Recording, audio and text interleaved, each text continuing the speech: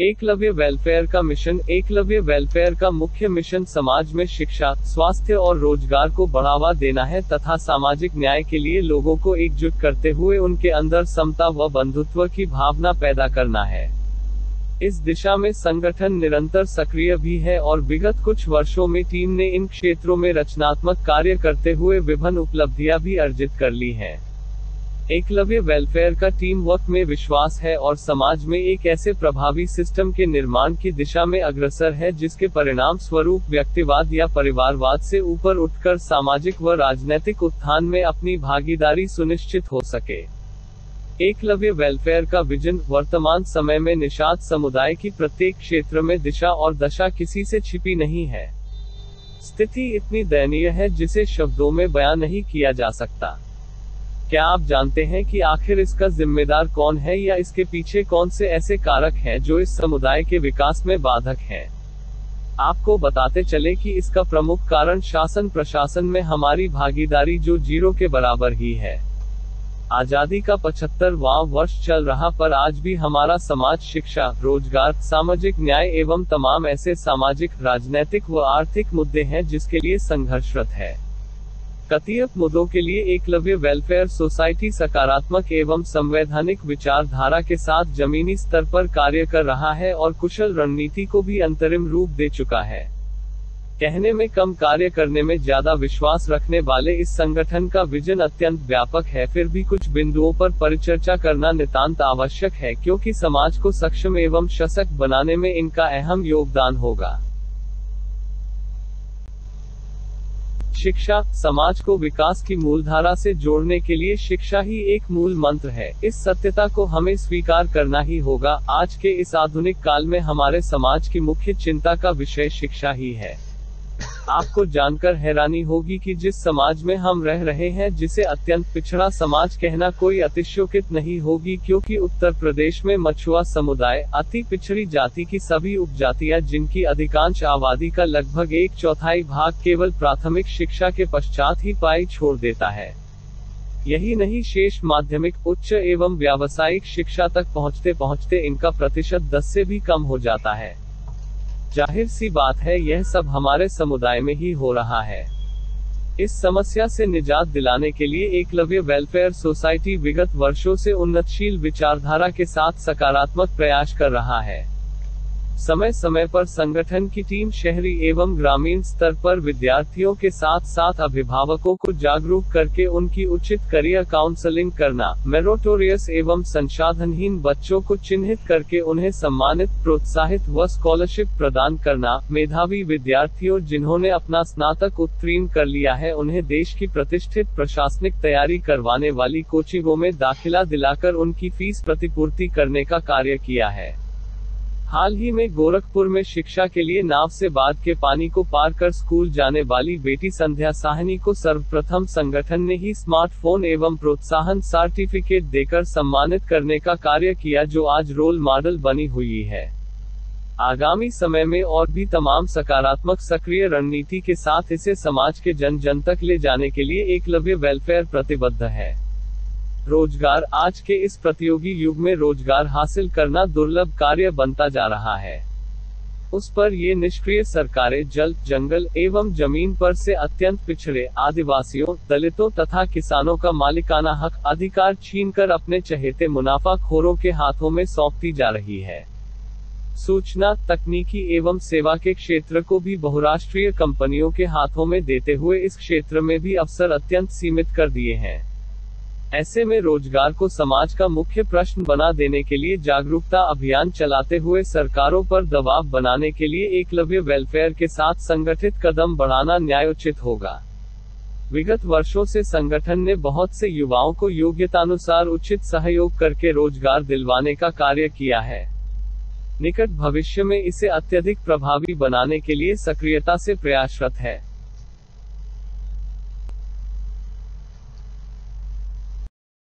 सामाजिक न्याय, यह भारत का संविधान एक ऐसा दस्तावेज है। यह समाज में सामाजिक न्याय एवं समता की व्यवस्था करता है तथा एक प्रगतिशील समाज की नींव रखता है। भारत के संविधान में निहित सामाजिक दर्शन समाज में प्रत्येक वर्ग के लिए सामाजिक आर्थिक न्याय की बुनियाद रखता है। यह हमारा संविधान कहता है, परंतु क्या आज तक यह कथन हमारे समुदाय पर सही बैठता है? शायद इसका जवाब नहीं ही होगा, क्योंकि इतिहास गवाह है उसी समाज या संस्कृति का विकास संभव हुआ जिसने संगठित होकर अपने हक अधिकारों के लिए आवाज उठाई। हमें कुछ समाज सुधारकों के विचारों को भी अपनाने की नितांत आवश्यकता है। बाबा साहब ने कहा था कि उत्पीड़ित जातियों और समुदायों के कई नेताओं को समाज के हाशिए पर पड़ी जातियों को शिक्षित और संगठित होकर संघर्ष करते हुए अपने न्यायपूर्ण हक को हासिल करने की विरासत की आधारशिला रखनी होगी। राम मनोहर लोहिया ने इस बात पर जोर दिया कि पिछड़ों, दलितों, अल्पसंख्यकों और स्त्रियों को एकजुट होकर सामाजिक न्याय के लिए संघर्ष करना चाहिए। लोहिया चाहते थे कि ये समूह एकजुट होकर सत्ता और नौकरियों में सवर्ण जातियों के वर्चस्व को चुनौती दे। इन्हीं विचारधारों का समर्थन एकलव्य वेलफेयर करता है। क्यों आज हमें संगठित होकर मछुआ समुदाय की 17 उपजातियों के खातिर अपने जल, जंगल और जमीन को बचाने के लिए संघर्ष करना होगा। इस बात से इनकार नहीं किया जा सकता है कि सामाजिक न्याय के नारे ने विभिन्न समाजों में विभिन्न तबकों को अपने लिए गरिमा में जिंदगी की मांग करने और उसके लिए संघर्ष करने के लिए प्रेरित किया है, और इसका समर्थन संगठन अंतिम लड़ाई जारी रहने तक करेगा। आज वक्त की जरूरत है कि सामाजिक न्याय को मुख्य बिंदु बनाकर लोगों को जागरूक करते हुए सरकार पर एक कारगर दबाव बनाया जाए, तभी सफलता हासिल हो सकती है। इसके लिए संगठन के बहुत से जनप्रतिनिधि निरंतर सक्रिय भी हैं और अत्यंत प्रभावी कार्यक्रम युवा संवाद के माध्यम से परिवर्तन लाने की तरफ अग्रसर हैं।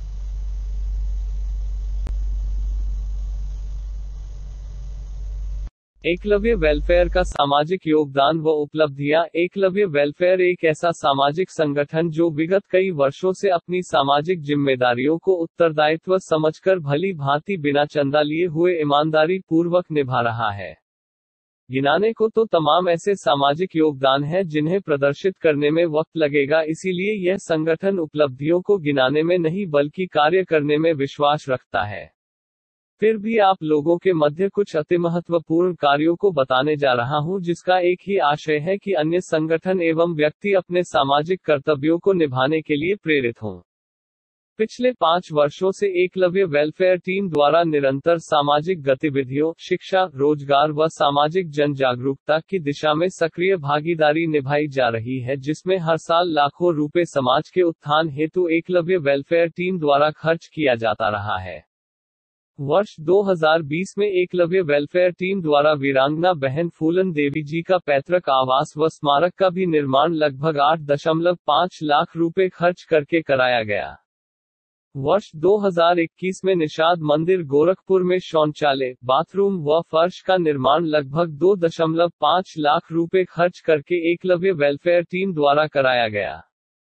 वर्ष 2001 में देवरिया जनपद के रुद्रपुर में खेल कूद को प्रोत्साहित करने के लिए एक अखाड़े का निर्माण कराया गया।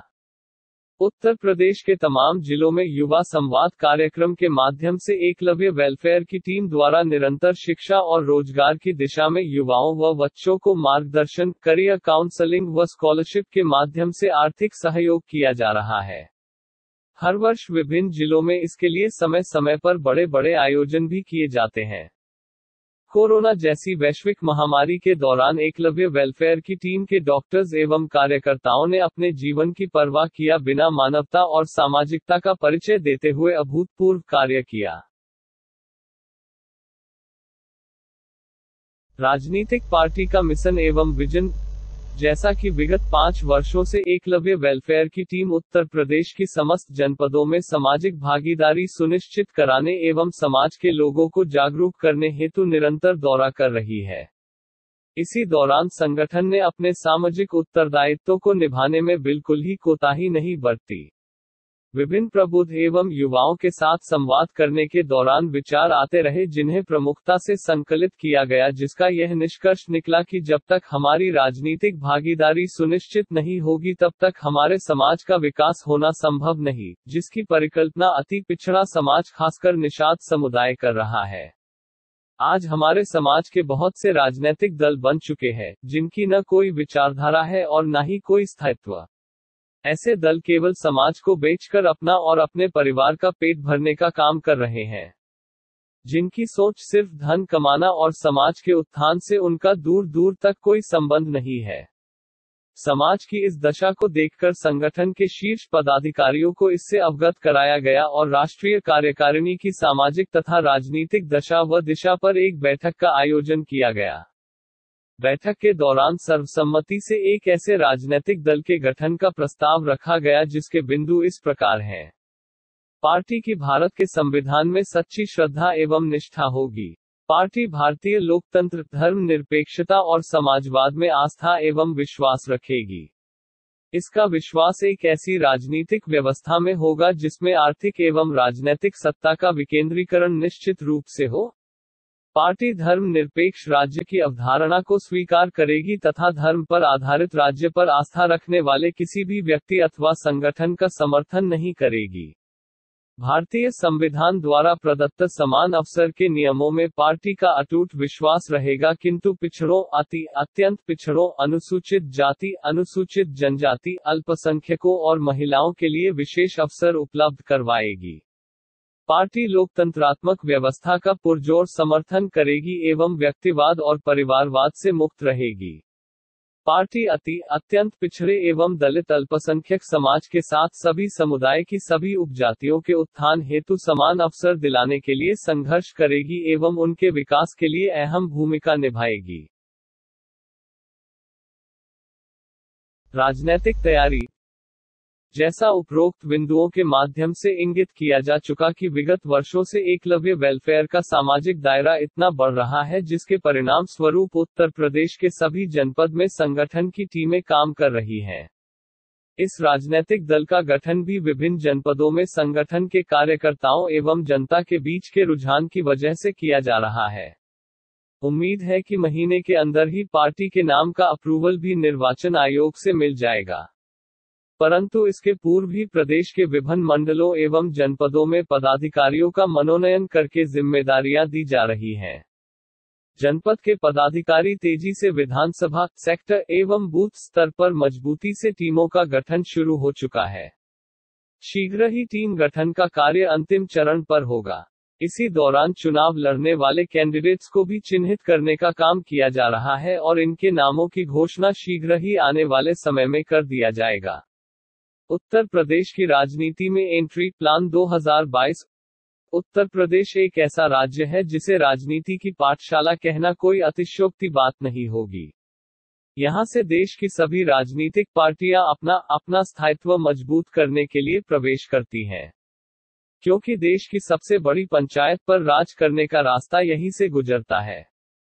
और सबसे सकारात्मक पहलू यह है कि अत्यंत पिछड़ी जातियों की आबादी 42% है।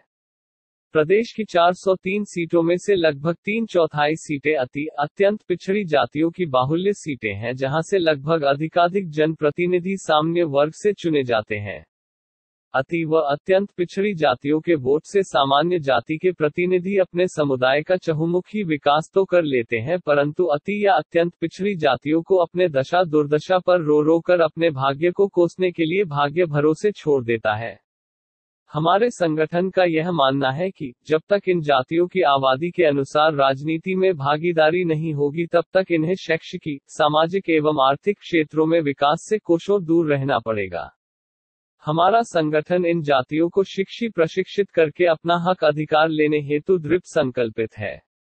आगामी विधानसभा चुनाव 2022 में हमारे संगठन की ओर से उन सभी विधानसभा सीटें जहां अत्यंत पिछड़ी जातियों की आबादी सबसे ज्यादा है, उन्हीं जातियों के प्रत्याशियों को चुनाव लड़ाएंगे और मान्यवर काशीराम साहब के दिए गए नारा "जिसकी जितनी संख्या भारी, उसकी उतनी हिस्सेदारी है" को चरितार्थ करेंगे। मिशन 2027।